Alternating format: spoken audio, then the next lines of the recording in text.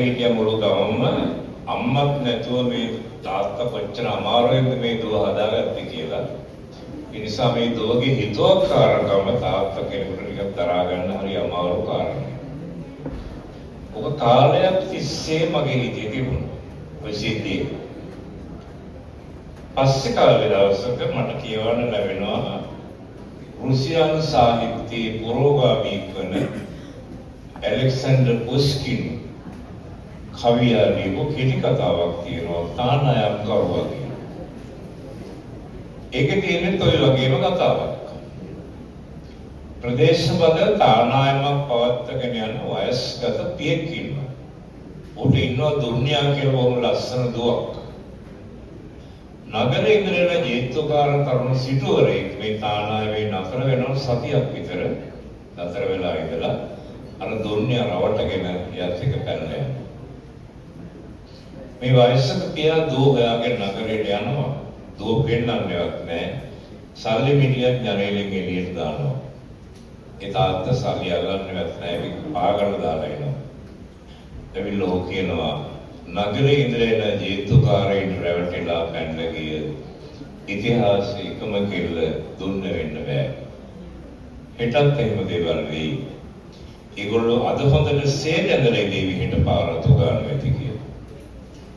ওই කතන්දර දෙකම අපේ ගමේ වඩුවසොන් හැට වෙච්ච පැද්දියයි ඇලෙක්සැන්ඩර් පුස්කින්ගේ කතාවයි දෙකම එකතු කරලායි මේ ගීතය මගේ අතින් ලියවෙන්නේ ඊට අවුරුදු 40කට විතර ඉස්සර.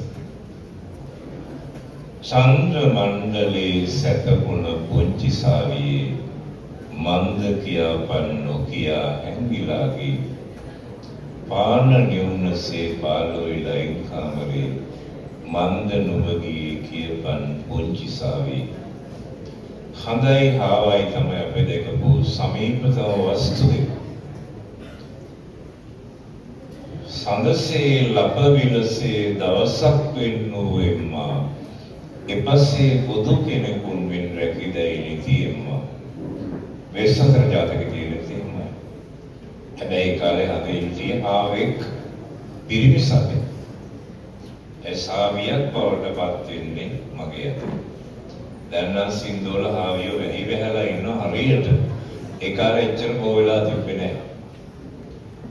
මේ තාත්තා කියනවා අපේ ගම්වල ඉන්න තාත්තලා ඔය මධ්‍යම පාන්තික තාත්තලා වගේ උපන්දිනේට කේක් කපන, කේක් කවන, ෆොටෝ ගහන තාත්තලා නෙමෙයිනේ. ඒගොල්ලෝ වචන දෙක තුනයි කතා කරන්නේ පපුවේ ආදරේ පිරීලා හර නිශ්ශබ්ද. යා කියනවා මාළ බඳන් සුදු යකඩෙන් රෝස මල් වනේ මාළගිරවගේ දොරකඩ සින්දු කිව්වේ. දැන් මාළගිරව ඇවිල්ලා සුදු යකඩ මාළ දාගෙන ට්‍රේන් බයික් වල නැගලා ගේ ඉස්සරහා යාට පැන රවුම් ගහනකොට මට හිතුනේ නෑ මෙහෙම එකක් වෙයි කියලා. දැන් ඒක වෙලා ඉවරයි. යා කියනවා පාර මතක නම් තාමත් කියලා ගෑවේ. බඩ ගෙදරින් ඕන දොර ඇරලා තියෙනවා ඕල් වෙලා කියන්න පුළුවන්. මේ ගීතය ආචාර්ය රෝහණ වීරසිංහ සංගීතවත් කළා. සුනිල් ඉදිරිසිංහ ගැයුවා. අද නිලන්ත සිරි පතනගේ හඬින් අහලා බලන්න.